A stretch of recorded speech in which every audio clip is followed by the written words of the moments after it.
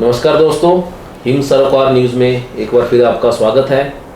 उद्योग की आवाज़ नाम से हमने जो सीरीज की शुरुआत की है, इसमें हमारे आज के दूसरे प्रतिभागी श्री निर्मल सिंगला जी हमारे मध्य है। निर्मल जी, आपका स्वागत है। बहुत बहुत नमस्कार। KN paper and packages group जो है बरोटीवाला का एक बहुत रिनोन ग्रुप है, उसके MD के पद पर कार्यरत हैं। आज हम जानेंगे कि इनका उद्योग का सफ़र, जो इनका लगभग 42 साल 4 दशक का जो इन्होंने अपना सफ़र तय किया प्रिंटिंग एंड पैकेजिंग में, किस प्रकार तय किया और किस प्रकार इनका जो है उद्योग में इन्होंने कदम रखा। तो आपका स्वागत है निर्मल सिंगला जी। सर्वप्रथम हमारे दर्शकों को अपने और अपने परिवार के बारे में थोड़ा सा परिचय जो अपना दें। मेरा सफ़र बद्दी में मैंने KN पेपर एंड पैकेजेस के नाम से कंपनी शुरू की, वो 2007 में मैंने लगाई थी जी। जो कि जब एक्साइज का वो चल रहा था तो उनके एक्सपेंशन के नाते मैंने फिर बड़ी जगह लेकर के 2012 में अपनी यूनिट बद्दी बरोटीवाला रोड के ऊपर वहाँ शिफ्ट कर ली थी। उसके बाद हमने वहाँ पे ऑटोमेटिक लाइन लगाई, ऑटोमेटिक प्लांट लगा करके, और तब से लेकर के आज तक हम उस प्लांट को चला रहे हैं। और टोटल का टोटल काम हमने अपना ऑनलाइन किया हुआ है, जिसमें हमारी प्रिंटिंग मशीन है, स्टिचिंग मशीन है, सब ऑटोमेटिक सिस्टम से होता है काम ये वाला। और जिसमें हम लोगों को हमेशा हमारी प्रोविज़न रहती है कि उनको क्वालिटी और टाइमली माल दिया जाए, जिससे कि सामने वाली पार्टी बिल्कुल सेटिस्फाई रहे।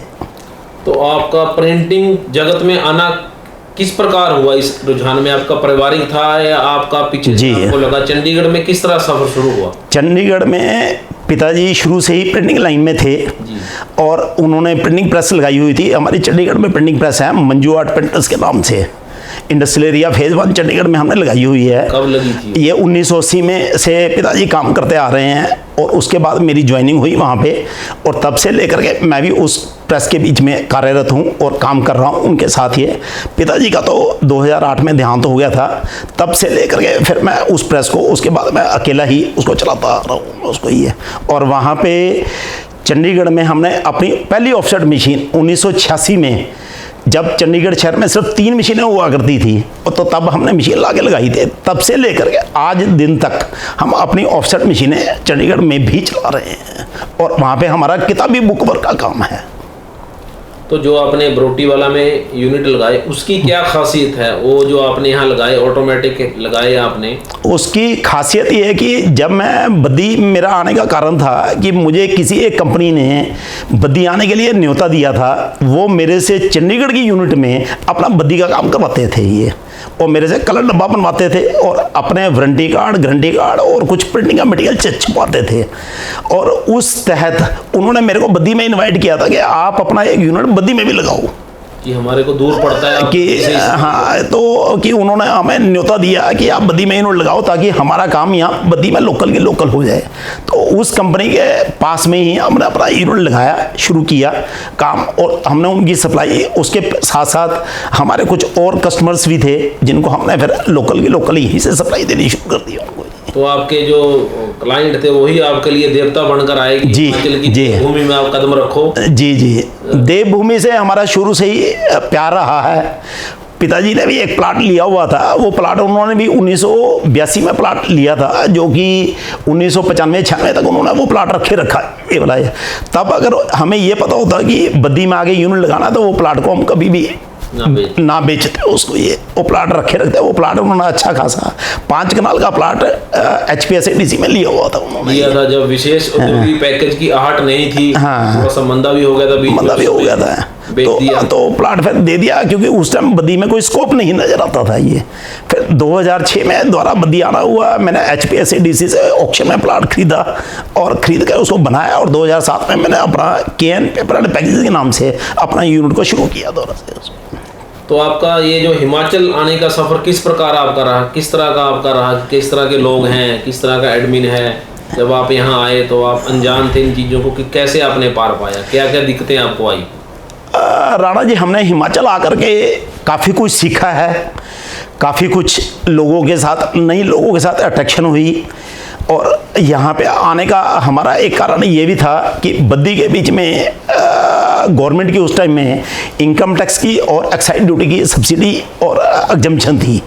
हमने उन चीज़ों को देखते हुए बद्दी जिस हिसाब से औद्योगिक हब बनता चला जा रहा था, तो मेरा भी आने का मन हुआ। हमने अपना यूनिट लगाया और हम उसमें बहुत हद तक ऊपर वाले के आशीर्वाद से उसमें कामयाब रहे। और अब तब से लेकर के आज दिन तक हम अपने यूनिट में बहुत अच्छा काम कर रहे हैं।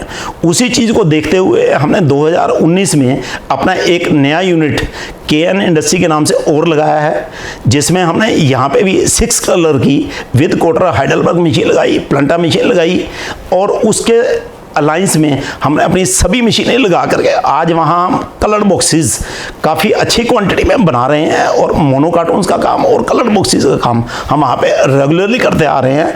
इस टाइम हमारी क्वालिटी इतनी ज़्यादा पॉपुलर हो गई है बाज़ार में कि जिससे कि हर आदमी हमारे काम से, हमारे माल से बिल्कुल सेटिस्फाइड है। और इवन के मैं आपको राणा जी एक चीज़ और बताना चाहूँगा, पिछले 2-3 महीने में हमारे 2 कंपनी का ऑडिट हुआ। उस ऑडिट के होने पर उन कंपनी की जो टीम आई हुई थी, उन्होंने मेरे प्लांट को देखकर मुझे 10 में से 10 नंबर दिए हैं, जो कि मेरे लिए एक बहुत ही सौभाग्य की बात है कि और उन्होंने इतनी प्रशंसा की कि आपका यूनिट बहुत अच्छे ढंग से लगा हुआ है, बिल्कुल सिस्टमाइज बनाया गया है उसको ये। और आप क्वालिटी को ध्यान में रखते हुए, हाइजीनिक चीज़ को ध्यान में रखते हुए, साफ सफाई, क्योंकि मेरी पूरी बिल्डिंग केएन इंडस्ट्री की आरसीसी बिल्डिंग बनी हुई है और एक वॉल टू वॉल पूरे प्लाट में सफाई रखी हुई है, जिससे कि हम अपनी क्वालिटी और टाइमली दोनों चीज़ों का विशेष ध्यान रखते हैं ताकि हमारा कस्टमर हमेशा सेटिस्फाई रहे। आपके जो बेटे हैं दोनों, वो भी इसी इंडस्ट्री में हैं जी। ये नहीं लगा कि वो कुछ नौकरी करते, या आपको लगा कि मन में कभी यार अच्छा होता कि इस झंझट में ना बढ़ के नौकरी करते तो अच्छे रहेगी? आज आप कितने लोगों को रोजगार दे रहे हैं? मेरे 2 बेटे हैं। बड़ा बेटा अंकित सिंघल, उसने चंडीगढ़ पैक से कंप्यूटर साइंस में इंजीनियरिंग की है। उस इंजीनियरिंग करने के बाद उसने मेरे को बिजनेस में ज्वाइन किया, क्योंकि मेरे बिजनेस में मेरे प्लांट, मेरी मशीनरी और मेरे काम को देखते हुए उसको बहुत अच्छा लगा, जिस वजह से उसने मेरे को प्लांट में ज्वाइन किया। दूसरा मेरा छोटा बेटा मुकुल सिंगला, उसने दिल्ली से एमबीए किया है और एमबीए करने के बाद मैंने दूसरा यूनिट जो लगाया था वो यूनिट उसने हैंडल किया है और वो बड़ी कैपेबिलिटी से, बड़ी अपनी ईमानदारी से उस यूनिट को चला रहा है। और जब से ये दोनों बेटों ने ज्वाइन किया है, मेरी टर्नओवर, काम की टर्नओवर उन्होंने समझो लगभग दुगनी कर दी है।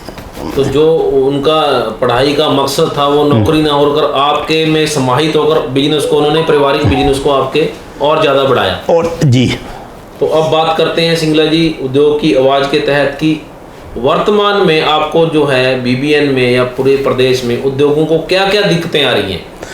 राणा जी, आज की तारीख में अगर दिक्कत की बात की जाए तो हम उद्योगपति जो कि समझो बीबीएन एरिया में काम कर रहे हैं, हमें बहुत सारी दिक्कतों का सामना फेस करना पड़ रहा है।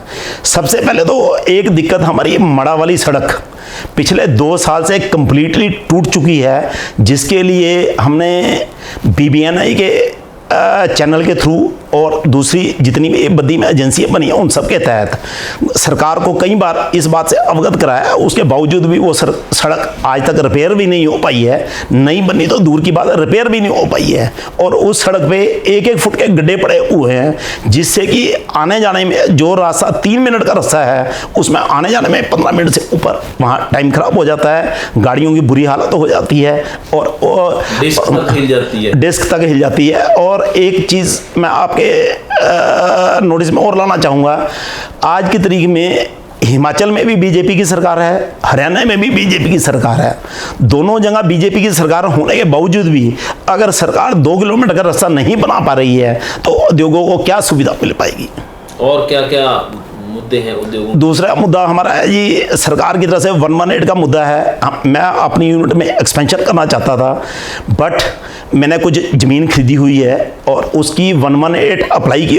आज लगभग मुझे 2 साल होने वाले हो गए हैं। मेरी ईसी आए हुए भी आज 6-7 महीने हो चुके हैं, बट अभी तक 118 की परमिशन नहीं मिली है। उस परमिशन के ना मिलने से हमारा लाखों रुपए महीने का नुकसान हो रहा है, क्योंकि जब किसी ज़मीन का सौदा किया जाता है तो उसके लिए एक सामने वाली सेलर पार्टी को एक एडवांस दिया जाता है, तभी तहसील ऑफिस में उस का एग्रीमेंट का रजिस्ट्रेशन होती है और 118 अप्लाई की जाती है। अब जो बयाना हमने दिया हुआ है, आज 2 साल से मेरे उस बयाने के ऊपर मेरा बैंक का ब्याज चल रहा है, और अगर मेरा यूनिट वो 3 महीने में लग जाता तो अब तक मैं कम से कम 20-30 लोगों को रोजगार दे पाता, मेरा बैंक का ब्याज बचता, मशीनरी आती, गवर्नमेंट को उसे जितनी भी मैं टर्नओवर करता उससे बहुत बढ़िया रेवेन्यू मिलता। जबकि अगर 118 के लेट होने से मेरा ये सारा काम 2 साल से पेंडिंग चला हुआ है। और मैं आपको एक चीज़ और बताता हूँ, मेरे 3-4 रिश्तेदारी में या लोग और बद्दी में आना चाहते थे, यूनिट लगाना चाहते थे। जब उनको ये मालूम पड़ा कि 118 की परमिशन आपकी नहीं हो रही, तो कि 118 की परमिशन मिलने में इतनी ज़्यादा प्रॉब्लम्स फेस करनी पड़ रही हैं, तो उन्होंने हिमाचल के एरिया को छोड़ करके डेराबस्सी में और बरवाला में जाकर के अपनी यूनिट्स लगा लिए, जो कि ज़मीन के खरीदने के बाद 1 महीने के अंदर उन्होंने कंस्ट्रक्शन शुरू की, और 3 से 4 महीने 5 महीने के अंदर अंदर उन्होंने अपने यूनिट्स में प्रोडक्शन भी शुरू कर दी उन्होंने ये। और अगर यही काम बद्दी में होता तो वो काम 3 साल नहीं शुरू हो सकता था। और आपको क्या लगता है किस प्रकार के जो मुद्दे हैं आपके और उद्योग के? मेरा एक मुद्दा और है, हमेशा हम लोगों को सरकार की तरफ से, प्रशासन की तरफ से हमें हमेशा परदेसी समझा जाता है। उसकी मैं एक छोटा उदाहरण आपको देना चाहता हूँ। कोई भी उद्योगपति बद्दी में जो 118 करवा के अपनी ज़मीन खरीदता है, जब जिस भी लोकल ग्रामीण से वो ज़मीन खरीदी गई होती है, उसका कहना कुछ और होता है। वो ज़मीन की पैमाइश बोलता है कि मैंने 3 बीघे ज़मीन बेची है, 3 बीघे ज़मीन अगर हमारी आज 2200 स्क्वायर मीटर ज़मीन बनती है, तो जब बेचता है तब कहता है मैं आपको नाप के 1-1 मीटर ज़मीन पूरी दूंगा मैं। ये जब 118 हो गए, रजिस्ट्री हो जाती है, और जब ज़मीन से पटवारी से निशानदेही की जाती है और ज़मीन का कब्जा मांगा जाता है, तो वो 100, 150, 200 मीटर, 250 मीटर ज़मीन कहीं ना कहीं 2 फुट 5 फुट कम करके उसको ज़मीन को परचेजर को सौंप देता है, जिससे कि परचेजर का लाखों रुपए का नुकसान हो जाता है। और जब हम इस बात की शिकायत को लेके पटवारी या प्रशासन के पास जाते हैं, तो कोई हमारी इस बात को नहीं सुनता, और वो भी लोकल ग्रामीणों की, लोकल रहने वाले लोगों की, उनको ही तवज्जो देते हैं, क्योंकि उनको ये समझते हैं कि अगर, क्योंकि हमारी यहाँ वोट नहीं है, हमें आज 15-16 साल काम करते हो गए हैं, सरकार ने हमें आज तक कोई हिमाचली सर्टिफिकेट नहीं दिया है, हमारे को हिमाचली नहीं समझा है। हमेशा जिसके पास हिमाचली सर्टिफिकेट है हमें हमेशा व्यापारी ही समझा है, व्यापारी और उद्योगपति हैं, व्यापारी और उद्योगपति समझा है। इस ऊपर हमें आज तक अभी कोई दर्जा नहीं दिया। जबकि आज हम लोग अगर बद्दी में ना आते और उद्योग ना स्थापित होते, तो लोकल हिमाचल वाले जो लोग यहाँ के रहने वाले हैं, हमारे उद्योग शुरू होने से पहले यहाँ की ज़मीनों के भाव आपको भी मालूम होंगे, 1.5 लाख, 2 लाख रुपए, 2.5 लाख रुपए बीघे के रेट थे, जो कि आज 35 लाख 40 लाख रुपए बीघे पे पहुंच चुके हैं। रोजगार भी, और उनको साथ में जितना रोजगार हमारे उद्योग आने से मिला है, वो उद्योग आने मिलने से आज वो लोग खुद करोड़पति बन चुके हैं, और अपने हमारे उद्योगों में से अपने रोजगार ढूंढते हैं। और छोटी एंचुरी यूनिट्स भी कई लोगों ने लगा ली है, जिससे कि वो रेगुलर हमें सप्लाई भी देते हैं। अगर आज उद्योग बाहर से नहीं आते तो उन लोगों को किसी किस्म का कोई रोजगार नहीं मिल सकता था। तो और कोई मुद्दा? और इसके अलावा हमारा 2 मुद्दे ये हैं। तीसरा मैंने आपको बताया, हमारे इस बद्दी न्यूज़ के चैनल के माध्यम से मैं सरकार से हाथ जोड़ के दोबारा से गुजारिश करता हूं कि हमारी मड़ा वाली सड़क को जल्द से जल्द उसको बनवाया जाए, क्योंकि आगे इलेक्शन भी सिर पे खड़े हुए हैं। एक बार अगर सरकार इलेक्शन में फंस गई, फिर मुझे नहीं लगता कि वो सड़क कभी भी बन पाएगी उसकी। तो दोस्तों, ये थे हमारे साथ बरोटीवाला के KN paper and packages, KN industry और मंजू आर्ट चंडीगढ़ के MD श्री निर्मल सिंगला जी। बहुत सारे मुद्दों पे इनसे बात हुई, और अपना इन्होंने आज तक का जो इनका 42 साल का जो सफ़र था, चंडीगढ़ से शुरू हुआ था, कैसे ये हिमाचल आए, क्या क्या इन्होंने हिमाचल में देखा, उद्योग लगाए, लोगों को रोज़गार दिया, और वर्तमान में जो इन्होंने दिक्कतें बताई हैं उसमें इन्होंने कहा कि एक तो जो हरियाणा और हिमाचल की सड़कें हैं वो बदहाल हैं, चाहे बद्दी पिंजौर हो, मड़ावाला बरोटीवाला हो, या सुखो मजरी जो है बाईपास हो, पहुंचने में बहुत दिक्कत आती है। दोनों प्रदेशों में जो है भाजपा की सरकार है। दूसरा इन्होंने बताया कि जो लैंड एंड टेनेंसी एक्ट 1972 है, जो हमारी धारा 118 बोलते हैं, जिसमें कि बाहर के लोग जो गैर कृषक हैं वो यहाँ ज़मीन अगर खरीदते हैं उद्योग के लिए, व्यापार के लिए, तो उसको 118 की धारा से गुजरना होता है। उसमें सरकार ने सुनिश्चित किया था कि 90 दिन में वो जो है आपको ऑनलाइन मिलेगी, या जो दस्तावेज आप प्रस्तुत करेंगे 90 दिन में जो आपको वो ज़मीन आपके उद्योग के नाम चढ़ेगी। इन्होंने स्वयं बताया कि वो इसके भुक्ताभोगी हैं। लगभग 2 साल से अगर कोई पुराना उद्योगपति थोड़ी बहुत एक्स्ट्रा ज़मीन लेता है या नया लगाता है तो 2-2 साल तक जो है फाइलें प्रदेश सरकार के पास लटकती रहती है, उसमें किसी की जवाबदेही नहीं होती। धन्यवाद सिंगला जी, आप हमारे स्टूडियो में आए, आपका बहुत बहुत धन्यवाद। आपने जो मुद्दे उठाए हैं, आशा है सरकार उन पे सकारात्मक तरीके से कार्रवाई करेगी। जय हिंद, जय भारत।